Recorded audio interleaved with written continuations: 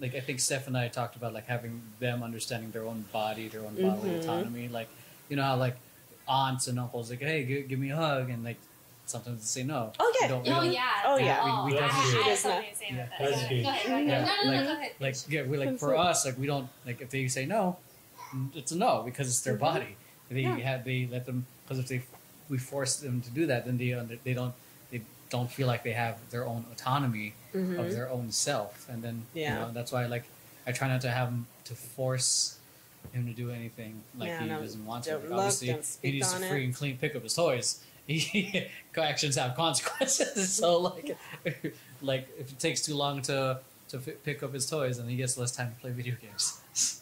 But yeah, like I definitely agree. Like I think him having that, especially as they get older. Like now with videos, like I ask if he wants to be filmed because that's good. Wow.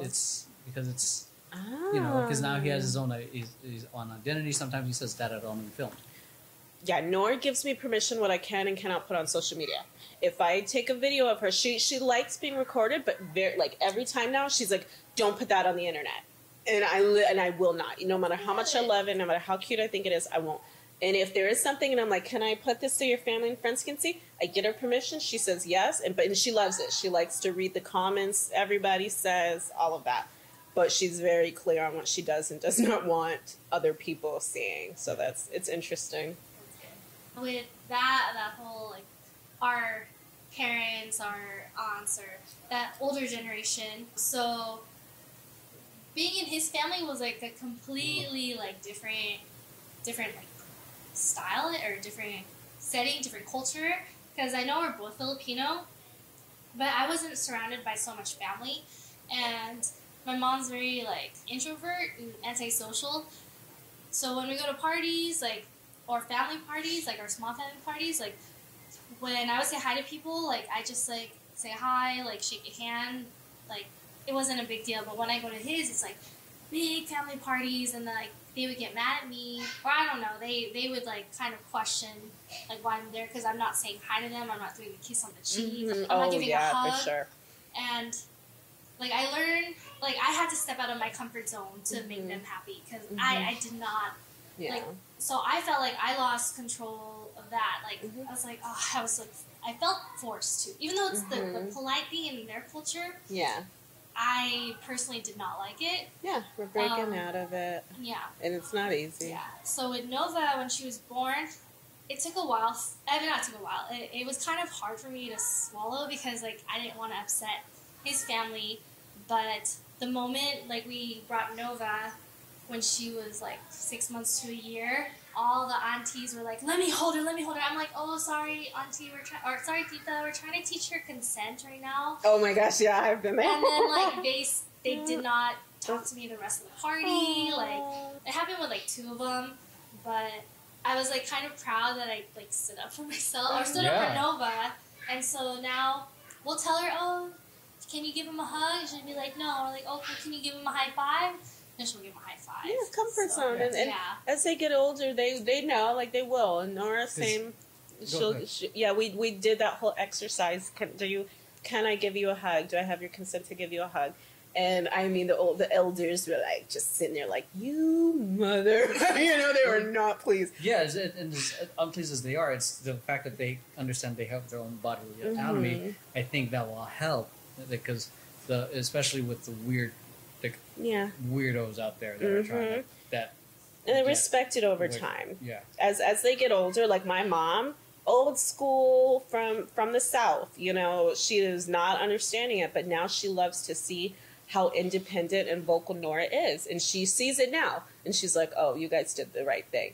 Because Nora's very quick to say what she does and does not want, and that's going to transfer into her being an adult, and she's going to be successful because she's not going to be a pushover. Yeah. She's not going to, you know, just say yes to anybody and everybody, you know, and it starts at home. She knows, like, yeah, we're the parents.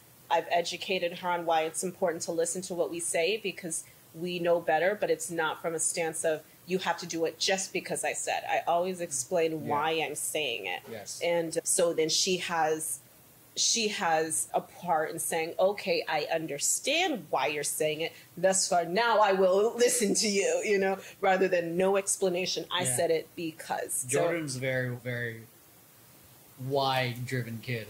Like, why are we doing this?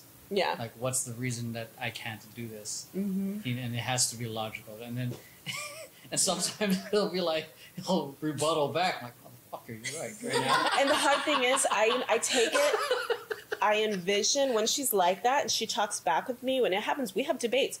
I have to catch myself and I don't look at it as, oh my God, you're talking to your mother like this. I envision, like, what if I were her boss right now? Like, what if I were somebody else? And she would, like, if I was a fly on the wall watching her question someone else to make sure, like, would I be proud of this? Yeah, heck yeah. You know, like, yes, question things. Do what you feel is right, you know, make sure what's being done is being done the right way. So that's what keeps me calm when she's being what people would consider combative or, you know, talking back. Yeah. I just look at it as, okay, no, this is something I have to foster. As long as they're kind, too, it's important. As long as they're being kind. There's a difference between being questioning and being respectful. Like, Nora's, I think you guys see, she's, oh yeah. Little ones. She's like going straight into it. Oh, I know. She's really smart, but sometimes, no. Visual, spatial.